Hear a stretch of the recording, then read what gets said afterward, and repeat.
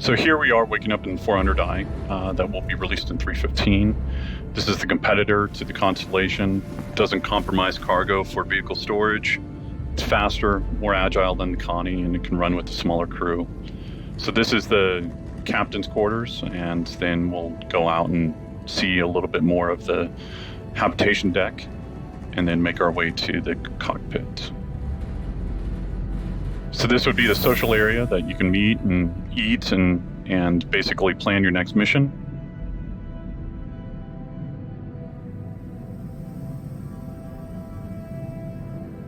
And then from here, we'll go to the cockpit.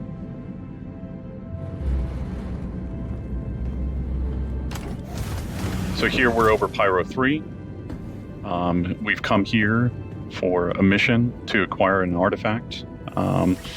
And you'll be making your way down to a trading post. So wanted to just give you a quick overview, and then we can start talking about the planet. Yeah, Pyro 3 is just a terrestrial planet. It has a very thin, breathable atmosphere, but it's still pretty inhospitable, very cold. As you can see, some of those lightning strikes in the clouds, but yeah, very, very pretty looking. So this is the first time we're actually seeing clouds above a terrestrial planet. You know, we went through quite a few iterations of forms. What we ultimately ended upon was something that felt quite dramatic, still believable in terms of how the wind would have shaped them. But yeah, it's showcasing a lot of the more recent tech that came online. Also, what we're seeing here is like some kind of distant thunder strikes. And what this is kind of like a prelude to, future weather features that will be coming on board, and how this will tie into, storms and ship handling, due to the turbulence. And it's great seeing the, the rain hit the canopy glass here, when you go through these cloud banks. Also, as part of the process of shaping, one of the things we really wanted to do is create these kind of like these pockets in between the clouds. So you're in these cavities, so as you're flying through, you get glimpses of the terrain beneath you. But it feels really quite exhilarating, to fly through. Also, as well, it's showcasing a lot of the more recent tech coming on board as well. So, it's a lot of optimizations been going on. So it's way more performant than previously it was. Also, the level of artifacting that we're seeing here is substantially reduced, certainly on higher spec machines. It also gives you a great sense of parallax when you fly through these cloud sandwiches. A cloud sandwich? Yes, that's what it feels like. It feels like you're the meat or the cheese of a cloud sandwich. The cheese of a cloud sandwich. So as we get out of the cheese, another really big feature that was important for me was, terrain shadowing and terrain occlusion from the clouds. So you're actually seeing, these large areas of occlusion cast onto the terrain. It just adds that depth. It just adds that believability to what we're seeing in the frame. And when you see these dark overcast clouds and they're hovering above the mountains, it finally completes the frame. Especially when you see these distant rumbles of thunder in the distance. So James Cameron, who's doing the run through, yes, that is his name. He will be taking us down to the outpost. The goal for us is to basically make 50 of these, whether they're inhabited or derelicts or even basically inhabited by a farmer or inhabited by a gang. So the goal is to have these act as different factions, and so that you can develop different rep associated with them, and you can start seeing how big these outposts stretch to with the comms tower that's behind us, and then even some of the AA turrets that you'll actually see up close and personal.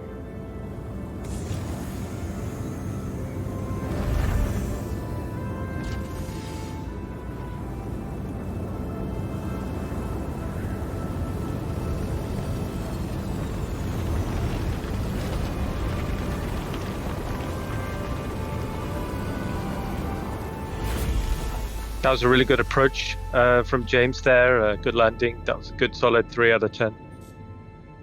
3 out of 10. Jeez. Ian's a tough grader. Yeah, I'd go 6 at least. No one's ever got a 6. Gotta watch me land, man. So here we'll go down to the technical deck. Show off the cargo area as well as the climate-controlled component areas, and then onto the gravity generator room and the stairway out.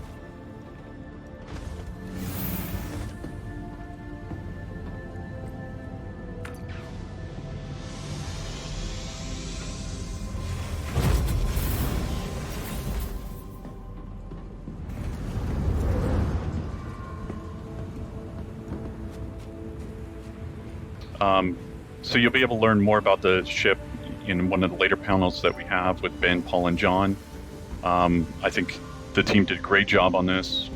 I think this is one of my favorite skins. Yeah. Yeah, they did a new skin, just something that felt a lot more, suitable for Pyro. But you can see how it feels suitably worn and weathered, to fit into these climates. And what we're seeing here is first boots on the ground, on Pyro. I think it looks great, especially in contrast to what we're seeing here is like actual AI on the terrain, walking about, going about their business. And is that an AA turret there? It is. And radio comms towers and all these other elements that we want to make sure that are interactive for the player and allows them to go and explore or use to their advantage. We want them to be able to interact with these different items. Here you can see various outpost modules, to the right there we've got the garage unit. You can see the infrastructure on the roof. But this large, beautiful, archway here kind of signifies, the main entrance, the primary entrance to the main social module. I think the airlocks look great. Fits in with the art style beautifully. The team did a great job on this. And then we've seen the concept art previously in the day, and then here you can see it translated in game, and I think it absolutely looks fantastic. The radial forms, is quite special to this art style, and you can see how that complements these archways that lead into other areas of the outpost. So with the AI, we want to make sure that it's living, it's breathing. If you look back a little bit, there was a chef actually cooking. There's security guards here to make sure that they're actually protecting their investments, protecting their home from strangers. And then, but you have good rep with them, and so they allow you to kind of enter into certain areas that the other players wouldn't be able to enter into. We also got a quick shot at the loadout that James is playing. So it's a female loadout, but it's also showing the backpack, which is new. Also some of the new hair as well, which is rendering much nicer. So here the player will make their way out to the trading post, go see the dealer, acquire the artifacts. And for the trading post, we wanted to get all of the junk on the outside as well, so the player can see it as they're approaching. We wanted, as many tops as we could, and you can see it's using the new soft deck shader. So these are reacting to the planetary wind, the same force that the tall grass and the moss on the ground is reacting to as well. Other thing with the trading post is, like Ian spoke about before, the inventory and what they'll be able to actually sell here will vary depending on where they're at in the solar system.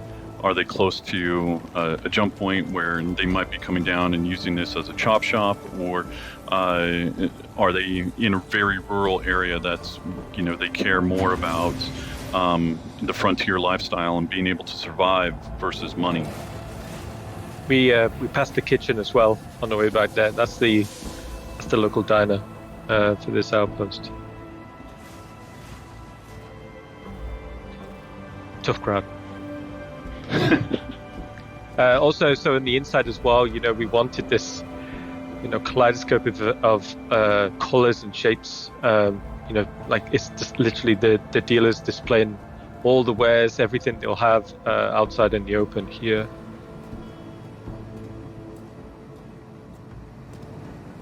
Well, welcome. Take a look. I'm sure I have what you want, and if not, I'll have something just as good.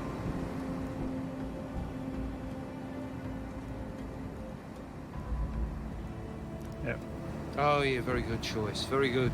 So after 5 million credits of disposable income, we get our first look at the Hadesian artifact, which is obviously going to be what is sort of a super rare thing that you'll hopefully be able to start finding in the galaxy.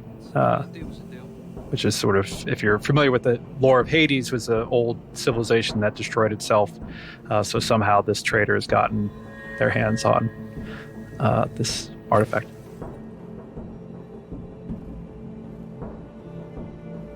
So here we're showing one way of actually playing through this area. It really depends on your standings within the gang and how they want to deal with you. And then what's the dealer going to do? What's the dealer going to charge you? And from there, we have different ways of actually showing this. And we can look at option 2 now.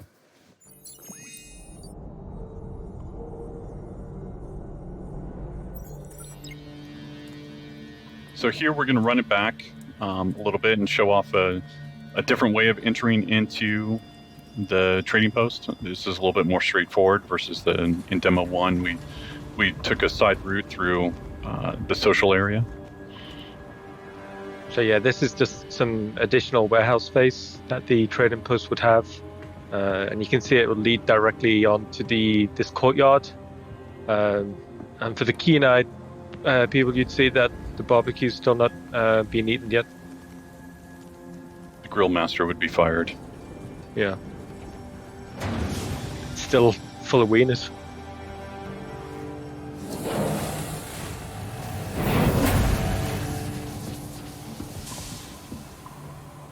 So with this area, again, we just want to make sure that it's filled out with items, filled out with different things that you can interact with and possibly buy. It's like Dave said in the beginning, we want the stores to feel different here, but it's still making it feel believable. Quick reference to some additional traversal areas there on the right when we came in. Well, welcome. Take a look. I'm sure I have what you want, and if not, I'll have something just as good. Yeah.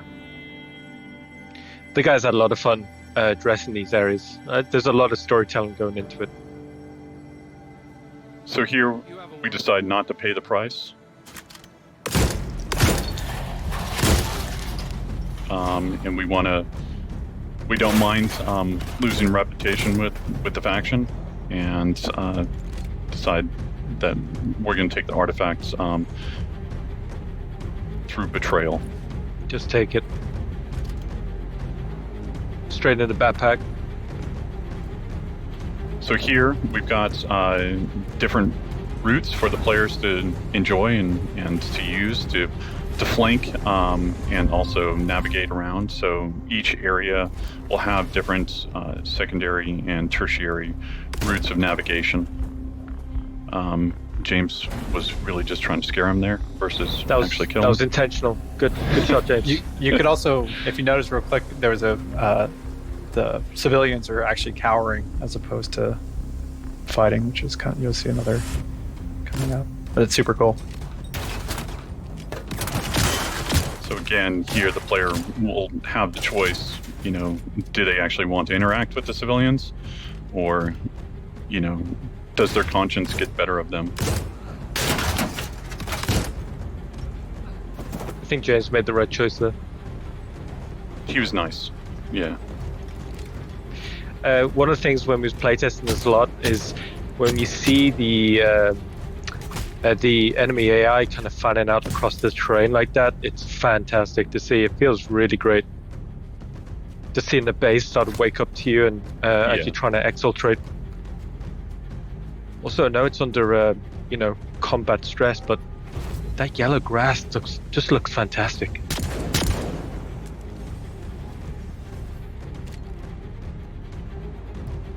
That's how I play. So here, James just wants to get out real quick.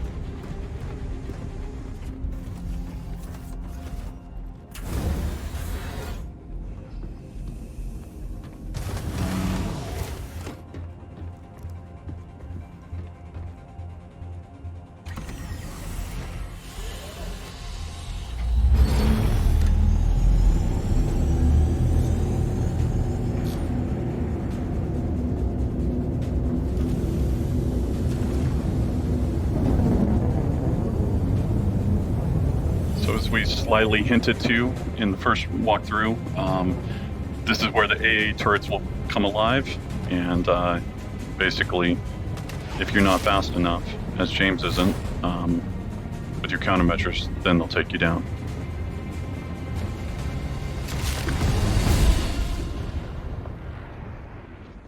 So what we saw there was the player went in, and based off their actions, the faction changed against them, and then basically became very aggressive. So in this last playthrough, what we'll show you is if the faction is already against you from the very beginning, and what are different ways that you can go about it. So here we are in our last walkthrough. Since you're all by yourself, we wanted to show the player take a stealthy routes versus if you were with friends, you could go in guns blazing.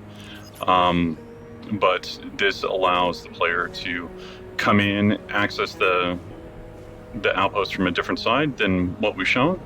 It also allows them to clock all the AI and see how they want to approach the problem and see what other secondary or tertiary routes would be open to them, either via the ladder or maybe a possible door.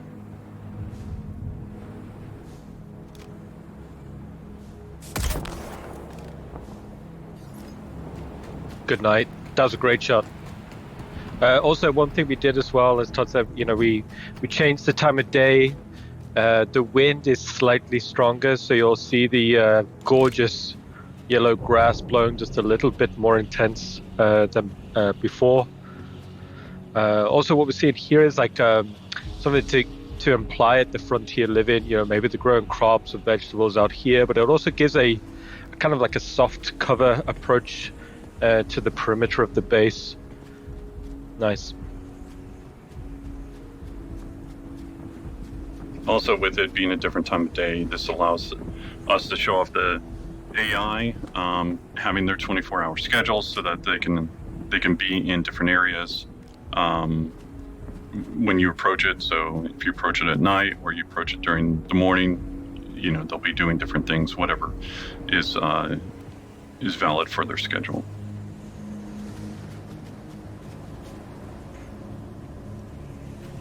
That door's locked, so there's no going through that way.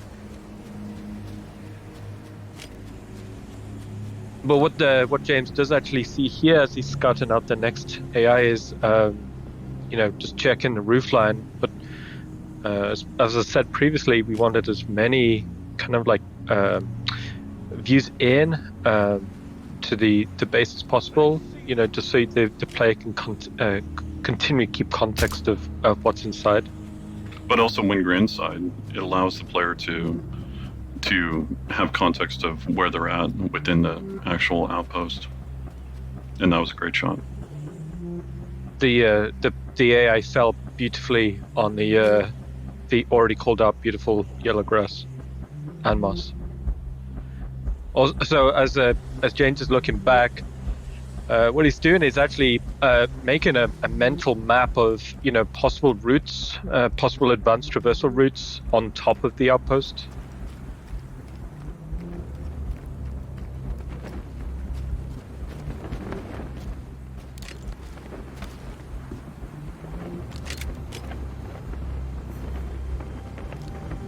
And we saw the dealer there in the bedroom, just end of the day. So with each outpost, there'll be different routes that will be open to the player or closed to the player. So some of them might have ladders on the outside, some of them might not. Some of them might have basically ways to get in through the floorboards, other ones won't. But this is just one version of, many possibilities. So here, the player will take a secondary route of navigation all the way up to the roof, and then from here, this allows them to be able to check out any of the AI, also be able to look at any of the interactables in the future. If you got a good reputation, maybe you need to go and fix different items on the roof, or if you are there for nefarious means, then maybe you want to take out the power, and which will then kill the AA turrets, or will turn off the lights in the outpost. So it allows the player to interact with different items, and then basically create a nice little sandbox for them to play in. So here you can see one of those interactables as well as the AI. And just behind these interactables, we're seeing these kind of archways. Like right now, these are just kind of empty, and to just illustrate like a guard point. In the future, these could be maybe customizable, or they could contain like an AA turret, like we saw on demo 1, or it could contain like cargo storage. Basically, we tried to design something that was as flexible as possible. So here we're showing off the looting system as well as the inventory system. So this will be shipping in 315. This allows bodies to be able to be interacted with and take off the items associated with it.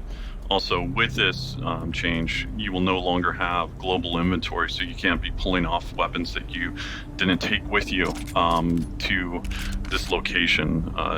Everything will be regarding what you carry is what you have, and so it really makes the players think about how they want to approach the problem, and then also encourages them to look around and see if the designers have placed different things that they can interact with or use to help get past a certain route or a certain way that they maybe didn't bring with them.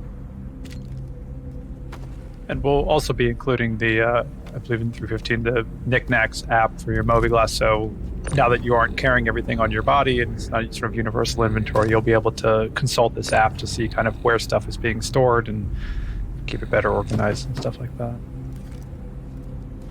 So here, this allows the player to have a quick little puzzle, but just gives them a little bit more interaction, and then allows them to go on to what I would consider a tertiary route, versus climbing up the ladder and possibly having to deal with the AI or them being spotted by them.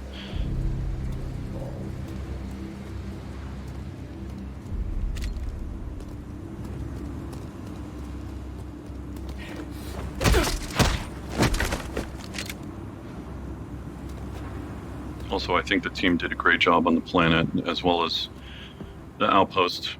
These are really fun to play and sneak around in, and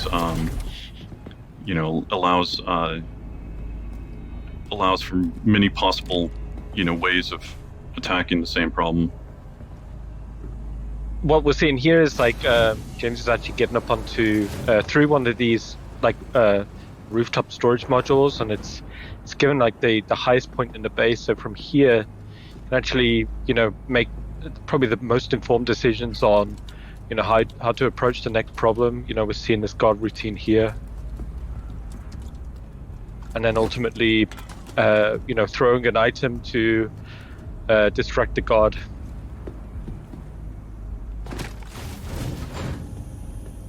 Allows them to go and access new areas. It's a behavior that we're still working out, but at least we're seeing like the first iterations and be able to continue to optimize it as well as make sure that the behavior is working properly. So we just saw there for the first time. It's like the first rooftop airlock hatch. So previously, route in and out, if the outside wasn't pressurized, like we wouldn't have this option. But now through that rooftop airlock, you can cycle and then infiltrate through the roof. And also what we're seeing here is potentially scouting out an advanced traversal up into the rafters, getting on top of some infrastructure and getting like this overview as we go into the garage module. So here, this is placeholder, but it gives you an idea of, we want to have different interactables, different loot boxes laid out around the location. So if the players explore, they'll be rewarded. We want to encourage them looking in every nook and cranny and enjoying, what the outpost has for them. And one of the things that's interesting is these garages won't be vehicle spawn points, so it's not like a big kind of like pad in the middle, but it's more like, if you want to have your vehicle there, you got to drive it in and park it. So here you can see a variety of vehicles just laid out how the player would have just parked them. Just gives a much more believable and realistic design.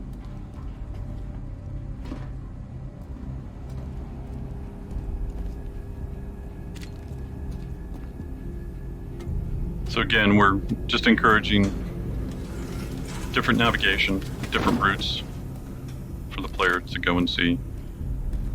Over to the left, back there was a possible way of going into the floorboards or going underneath the outpost. Again, those will be opened up or closed off based off of just how we want to build the outpost. Not every one will be built the same. Our philosophy for these are to make sure that each one of them feels unique, and this is just one way of us customizing it and making each one feel different, and so the player won't always be used to the same route. So here again, we're using the inventory system. We allow the players to go in and if you take out a certain AI, they might have different tools or different notes or different items that you'll need in order to solve your mission. Interestingly, when we was designing these spaces, we knew we wanted these internal airlocks. But we knew we needed some sort of like view, like porthole on them, just so before you commit through, before you cycle, you can just double check to see if there's any bad guys on the other side.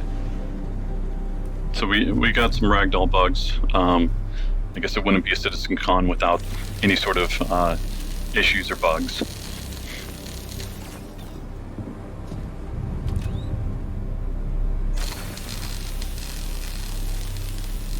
So here, like previously the players being, on the roof, they've come down through the main section of the outpost. But here, what the players doing is they're going to the underfloor section. So these aren't vents, but they're more like subfloors. So they're meant to feel very dark, very minimal, but you're actually seeing the foundations of these outposts. So inside here, it's the player will need to kind of work out how to navigate through them. It's very much a torch-based experience, and then within here, what the player can actually do is work out roughly where they are in relation to the to what's upstairs. And what you see in here, like this light bleeding down through, you can kind of make informed decisions, or okay, that's where that AI was, or right now the player is just underneath that main social space. So if you think back, like that was that guard in the beginning, just next to the kitchen counter. But we've intentionally made these spaces not necessarily like very easy to navigate, because there wouldn't be a lot of light down here. The player would have to, follow, for example, like James is following the blue wire here. Making a decision to like, hey, if I follow that blue wire, I'm probably going to get to something interesting or a point where I can actually, exit this supply of space and get back up above. And what I like about them is basically just the claustrophobic feel of it, and then obviously the addition of possible secondary or more advanced navigation, so either going into prone or just going full crouch.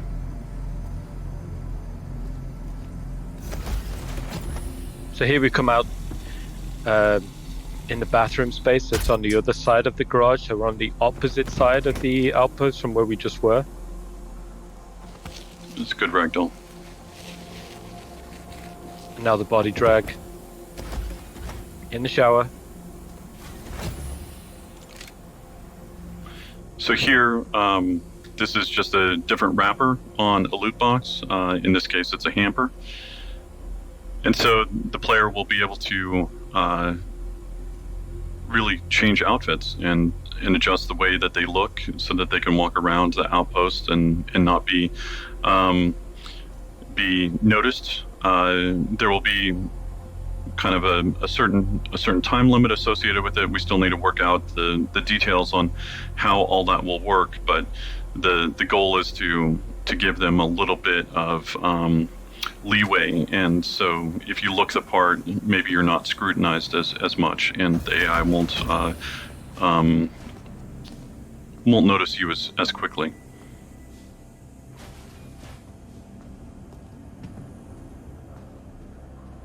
So here we can see back into the social space, but this time on the other side. And then this door will lead directly into the habitation room that we saw previously on the outside. Speaking of fun ragdoll physics. That was a great one. So here, the player decided to take the dealer out instead of actually figuring out how they could open up the safe. So they're going to have to look around the room. They're going to have to interact with the body and possibly see, is there a way for them to actually open it?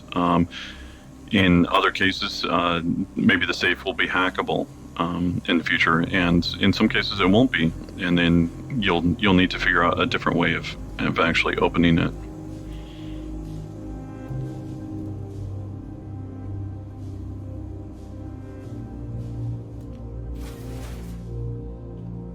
So here we spot a little clue, a little note, and you'll notice what's fun is like the name on here. If you look back and see some of the AI being taken out, you may notice some names.